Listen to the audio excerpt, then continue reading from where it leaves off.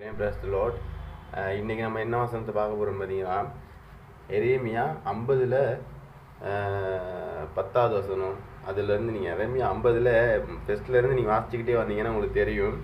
கர்த்தர் அடுத்த ஒரு பெரிய தீர்க்க தரிசனத்தை சொல்லியிருக்காரு. மறைமுகமாக சொல்லிடல, நேரடியாகவே எரேமியா மூலம் சொல்லியிருக்காரு. பாபிலோன் தேசத்துக்கு எதிராக, அதாவது பாபிலோனுங்கிற ஒரு தேசம் எங்கே இருக்குதுன்னு பார்த்தீங்கன்னா, அதாவது இப்போ ஈராக் இருக்குல்ல, ஈராக் இருக்கிறதுக்கு கீழே தான் இருக்குது பாபிலோனுங்கிற ஒரு தேசம். முன்னே இருந்த ஒரு தேசம். அந்த தேசத்தில் தான் பார்த்தீங்கன்னா ஆபிரகாம் பிறந்தார்.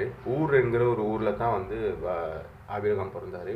அந்த பாபிலோன் தேசத்துக்கு எதிராக வடக்கே இருக்கும் தேசத்தை நான் உனக்கு எழும்ப பண்ணுவேன் அப்படின்னு சொல்லியிருக்காரு.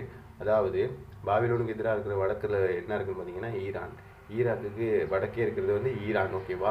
அவங்களுக்கு ஜாதிகளுக்கு எதிராகவே பார்த்தீங்கன்னா அவங்க ஜாதிக்கே எலும்புன்ட்டு கர்த்தர் அப்படியே சொல்லியிருக்காரு. இதெல்லாம் நடக்கும், எப்படியா இருந்தாலும் எப்பயுமே நடக்கும். ஓகேவா? இப்போ நிறைய அற்புதங்கள், அதாவது தீர்க்க தரிசனங்கள்லாம் நடந்துக்கிட்டு தான் வருது. அவர் சொன்னது அப்படியே நடந்துக்கிட்டு வருது. ஈலாம் தேசத்தில் இந்த மாதிரி ஒரு யுத்தம் நடக்கும் அப்படின்னு சொல்லியிருக்கு. அதே மாதிரி ஈரான்ங்கிறது ஈரானில் இருக்க ஒரு தேசம், அதில் யுத்தம் நடந்துக்கிட்டு இருக்கு.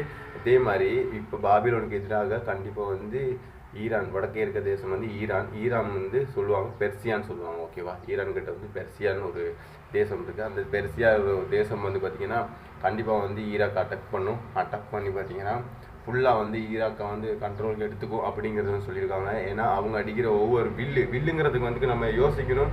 அந்த காலத்தில் பைபிளில் குறிப்பிட்டிருக்க வில்லுங்கிறது இந்த காலத்தில் இவங்க யூஸ் பண்ணுற ஒவ்வொரு ஏவுகணையாக இருக்கட்டும், ஒவ்வொரு கன்னாக இருக்கட்டும், அதுங்களை தான் வில்லுன்னு அந்த காலத்துலேயே குறிப்பிட்டிருக்காரு ஏசப்பா. அதை நம்ம விலங்கு எடுத்துக்கணும். ஓகேவா? அந்த வில்லுக்கெல்லாம் பார்த்தீங்கன்னா பராக்கிரமசாலிகளை போல இருக்கும் அப்படின்னு சொல்லியிருக்காரு. ஏன்னா ஒவ்வொரு நவீனமான வில்லுகளை அவங்க அந்த பாம்புகளை ஏவுகணைகளை பயன்படுத்த போகிறாங்க. ஈராக்குக்கு எப்போ வேணாலும் அட்டாக் பண்ணலாம் ஈரான். இதைத்தான் கர்த்தர் அழகாக சொல்லியிருக்காரு. பாபிலோனுக்கு எதிராக வடக்கே இருக்கும் தேசத்தை நான் வர பண்ணுவேன், உன் சகல ஜாதிகளையும் நான் இல்லாமாக்குவேன் அப்படின்னு சொல்லியிருக்காரு. ஏன்னா பாபிலோனுக்கு ஏன் இப்படி சொல்கிறாருன்னா, பாபிலோன் 1039ஆம் ஆண்டில் ஒரு ராஜா கைப்பற்றாரு. ஓகேவா? அந்த காலத்தில் கோரேசுங்கிற ஒரு மன்னர் பாபிலோனை நான் கொஞ்ச நாள் ஆண்டுக்கு இருந்தார். ஓகேவா? பெர்சியாவிலேருந்து ஆண்டுக்கு இருந்தாங்க. அதனால அந்த சேத்தேனும், அதாவது என்கிற ஒரு ஊரில் ஆபிரகாம் பிறந்து கொஞ்ச நாள்லேயே பார்த்தீங்கன்னா அவருடைய அவர் காரியங்கள்லாம் முடிஞ்ச பிறகு கர்த்தர் என்ன சொல்லணும்னு பார்த்தீங்கன்னா, இந்த ஊரை விட்டு நீங்கள் போயிரு அப்படின்னு சொல்கிறாரு. அந்த ஊர்லேருந்து அவர் அப்பயே போயிட்டார் ஆபிரகாம். அந்த ஊருக்கு திருப்பி ஒரு தீர்க்க தரிசனம் எரேமியாவில் கொடுக்கப்பட்டிருக்கு. இது கண்டிப்பாக நடக்கும். காய்ஸ், நீங்கள் வேணால் பாருங்கள். இந்த வீடியோ பார்க்குறவங்களுக்கு நல்லா தெரியும், கண்டிப்பாக நடக்கும். இந்த வீடியோ ஈரான் ஈராக்குக்கு எதிராக வரும் எல்லாத்தையும் இல்லாமல்